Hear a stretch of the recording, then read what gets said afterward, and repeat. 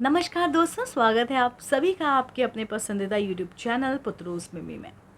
दोस्तों, अगर महिलाएं जो हैं उनका अगर एएमएच बहुत कम होता है तो वो क्या मां बन सकती हैं? आज की इस वीडियो में हम इसी टॉपिक के बारे में बात करेंगे। अगर किसी भी महिला का एएमएच यानी कि एंटी मुलेरियन हार्मोन्स लेवल बहुत कम होता है तो ये चिंता का विषय हो सकता है। जी हाँ, लेकिन इसका मतलब ये नहीं है कि वह कभी मां नहीं बन सकती। इसका सही इलाज और विकल्प अपनाकर प्रेगनेंसी की संभावना बढ़ाई जा सकती है। आइए विस्तार से समझते हैं एएमएच क्या होता है, इसका कम होना क्यों चिंता वाली बात है और इससे निपटने के लिए आप क्या कर सकते हैं। लेट्स स्टार्ट टुडेज वीडियो शुरू करने से पहले मैं आप सभी से पूछना चाहती हूँ कि आप मेरे चैनल पर नए हैं। अगर हाँ तो प्लीज़ मेरे चैनल पुत्रूज मिमी को आप सब्सक्राइब कर लीजिए, क्योंकि ऐसी ही इन्फॉर्मेटिव वीडियोस जो है मैं अपने चैनल द्वारा आप तक पहुंचाती रहती हूँ।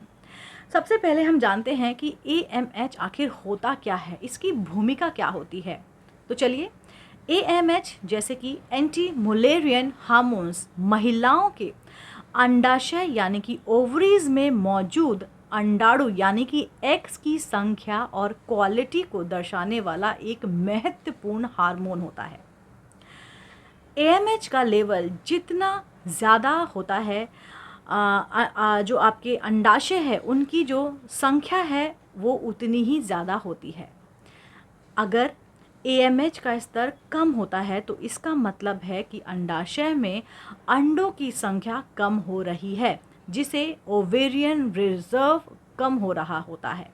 जी हाँ, यह जो है एक बहुत ही ज़्यादा चिंता वाला विषय होता है, क्योंकि इसमें आपको पता नहीं लगता कि आपके जो हैं जो एग हैं वो कितने हैं कितने नहीं हैं। ये आपको पता लगेगा जब तक आप जो है अपना एएमएच टेस्ट नहीं कराते। यह उम्र के साथ साथ घटता है, लेकिन कुछ महिलाओं में यह जल्दी कम होने लगता है। जी हाँ, एएमएच लेवल कितना होना चाहिए है, चलिए हम आपको बताते हैं। एएमएच लेवल जो है आपका क्या संकेत देता है। 1.5 से लेकर 4.0 एक नॉर्मल फर्टिलिटी होती है। 1.0 से लेकर 1.5 जो है हल्का कम रिजर्व माना जाता है। 0.5 से लेकर 1.0 कम रिसर्च।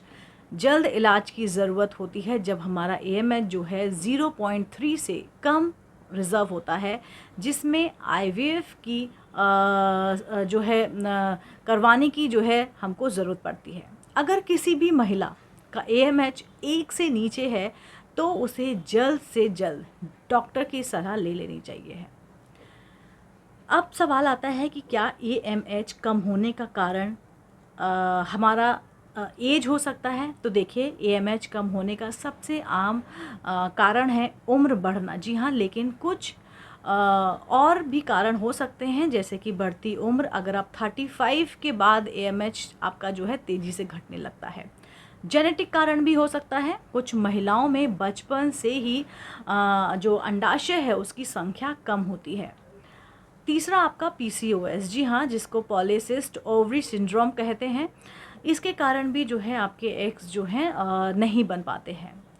चौथा होता है आपका एंडोमेट्रियोसिस। जी हाँ, गर्भाशय या फिर अंडाशय में किसी प्रकार की सर्जरी या फिर चोट के कारण भी आपके जो हैं एग नहीं बन पाते हैं। लाइफस्टाइल फैक्टर, स्मोकिंग, ज़्यादा शराब का सेवन करना, स्ट्रेस और अनहेल्दी डाइट, ये सारे कारण होते हैं आपके अंडाशय को ख़राब करने के लिए। और आप अगर कोई भी कीमोथेरेपी लेते हैं या फिर रेडिएशन थेरेपी भी इस पे जो है बहुत ज़्यादा गंदा प्रभाव पड़ाती है। जो कैंसर के पेशेंट होते हैं उनमें जो है एग बनाने की क्वालिटी जो है ख़त्म हो जाती है, और जो उनके ऑलरेडी एग होते हैं वो जो है धीरे धीरे डिक्रीज़ हो जाते हैं। अगर किसी भी महिला का एएमएच कम हो रहा है तो सही कारण जानकर उसका इलाज किया जा सकता है। अब सवाल आता है, क्या कम एएमएच वाली महिला मां बन सकती है?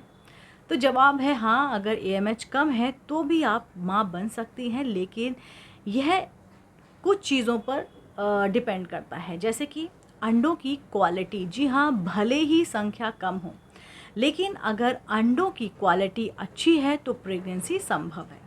दूसरा है फैलोपियन ट्यूब और गर्भाशय स्वस्थ है या नहीं। अगर बाकी प्रजनन अंग सही है तो प्रेगनेंसी के चांस जो है बढ़ सकते हैं। इसके लिए आपको उम्र कितनी चाहिए है? अगर महिला की उम्र 35 से कम है तो सफलता की संभावना जो है ज़्यादा रहती है।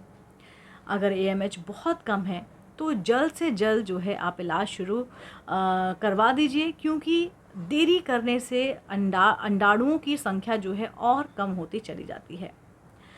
कम AMH से प्रेगनेंसी के लिए कौन कौन से इलाज जो है उपलब्ध हैं? तो देखिए, नेचुरल प्रेगनेंसी की कोशिश, अगर आप AMH आपका हल्का कम है तो महिला जो है नेचुरल तरीके से भी गर्भधारण कर सकती हैं। आपका ओवुलेशन ट्रैक करें। ओवुलेशन किट से पता लग जाएगा कि अंडा जो है कब निकल रहा है और उस समय आप जो है ट्राई कर सकते हैं। आप हेल्दी डाइट और एक्सरसाइज अपनाएंगे जिससे आपके अंडों की क्वालिटी में सुधार हो सकेगा। हार्मोनल ट्रीटमेंट और सप्लीमेंट, जी हाँ, अगर AMH बहुत कम है तो डॉक्टर आपको अंडों की क्वालिटी सुधारने के लिए कुछ दवाइयाँ दे सकते हैं। एक सप्लीमेंट होता है जिसको DHEA कहा जाता है, जो आपका अंडाशय है उसकी संख्या और क्वालिटी दोनों को बढ़ाने में मदद करता है। एग्स को हेल्दी रखने में ये बहुत ज़्यादा सपोर्टिव है। आपको जो है विटामिन D हो गया, फॉलिक एसिड हो गया और ओमेगा 3 फैटी एसिड, अगर आप इसका इस्तेमाल करते हैं तो ये ओवेरियन हेल्थ को सुधारता है। इन सप्लीमेंट्स का असर सीधे सीधे आपको 3 से 6 महीने के समय के अंतराल में दिख सकता है। देखिए, अगर आपका AMH लो है तो एक सवाल आता है, क्या IUI एक ऑप्शन हो सकता है?